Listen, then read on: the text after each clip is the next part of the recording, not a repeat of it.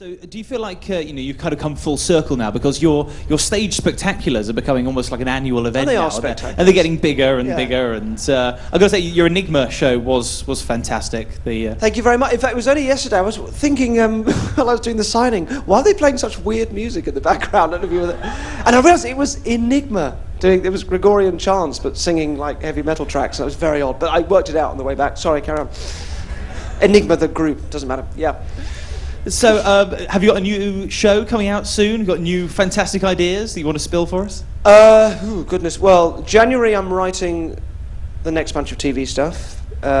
February through to June I'm touring again with the second leg of the Svengali tour, if you know, that I've been touring with earlier this year. And I finished that in June, July, August, September. I'll be filming the stuff that we've written in January. And then October, hopefully a little week or two off, and then off to Broadway. So I'm doing a stage show out there. So that's next year. So there'll be the TV should come out in around that kind of time, sort of October, November, the same time that the experiments came out this year. It must be tricky for you because obviously these programs, these stage shows, do become television programs in their own right. Yeah. And once they've done that, you kind of can't use those illusions again. Oh no, but that's fine. That's why the shows don't get filmed and done until the 2 years of touring them is up. I mean, it's a strange thing because it's unusual for any sort of like a magic act, for want of a better word, to have to renew itself every couple of years. You kind of expect it with comics that you're not going to, unless it's 80 years old. You'd expect to see a different show if you go and see them tour again. It was normally my kind of world. You just have one act. You do it for your whole life. So it's on the one hand, it's a real challenge, but it's just really good fun. It's the thing I enjoy probably most out of all the things that I do. So yes, once it's filmed, once the 2 years is up, it's done and dusted anyway. So it's kind of it's sort of out there. The only thing that might be difficult is I might want to use some of that material in America. So I might have to. Yeah, didn't think of that. Never mind, I have to stop doing that. So obviously, you are part of this sort of wide magic fraternity. Do you find that you sort of riff and banter with other magicians and get ideas off them? I know you're good friends with Teller from Penn and Teller. Yeah, we riff and banter, which, seeing as he doesn't talk, is a bit one-sided. I don't have I've got a few friends in the magic world, but not many. I mean, Teller is one. David Berglass is another, who's a bit of a sort of a veteran of that world.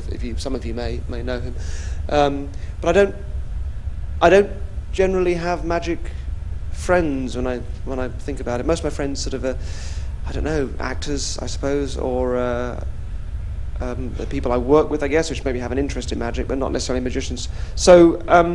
No, there's not a lot of kind of magic-y riff and banter. So you never thought about taking on some young apprentice and training them up through the ranks? And you're asking for a job? Is that I do occasionally get asked that kind of thing, but maybe when there's time for that kind of thing, that might be nice. But no, it's funny. It's one of those things that I always used to have to show people magic tricks. Always wanted to. That's an important sort of geeky stage you go through as a magician. That you've always got stuff in your pocket, and you can't hold a normal conversation unless it's A, about you, or B, a way into a magic trick.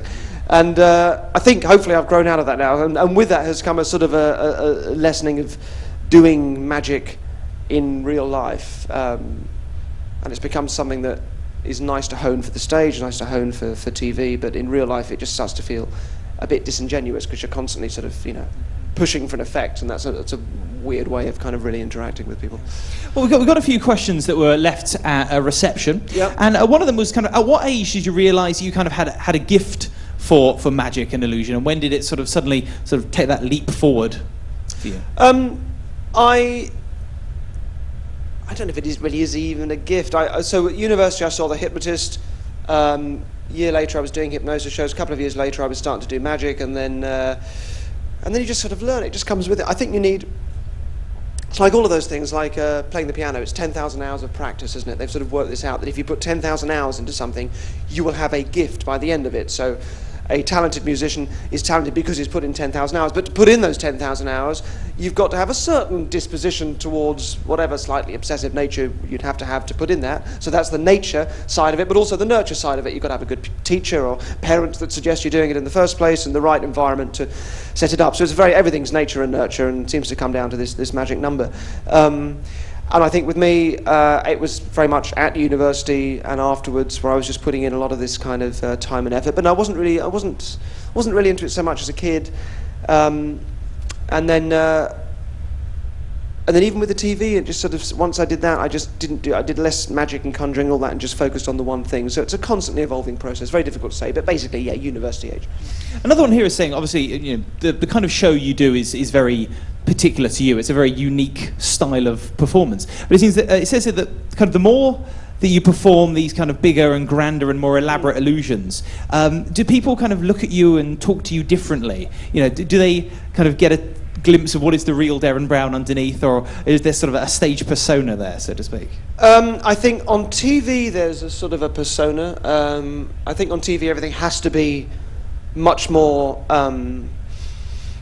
sort of honed, and I don't know. On stage I'm more me. I'm more sort of relaxed and a bit more myself. And then I do find sometimes in real life I've made friends that I found out the first 2 or 3 times they met me, they were sort of thinking I was doing all sorts of things, or you know, that everything I said was some weird calculated bit of and I just don't. I never. To me, I don't genuinely. It's not false modesty. I genuinely don't think people are going to sort of recognise me. I don't think of that kind of character at all. That really becomes something that I do over there, because it's a very controlling and kind of everything that guy does, if you like, is about kind of, aren't I clever, is the sort of bottom line if you're a magician, which I think is a fairly obnoxious way of kind of living in real life. So I very quickly sort of distanced myself from that. And then also I just think, yeah, your priorities in real life with people shouldn't be the same as when you're thinking about a performance. Otherwise you just can become quite obnoxious.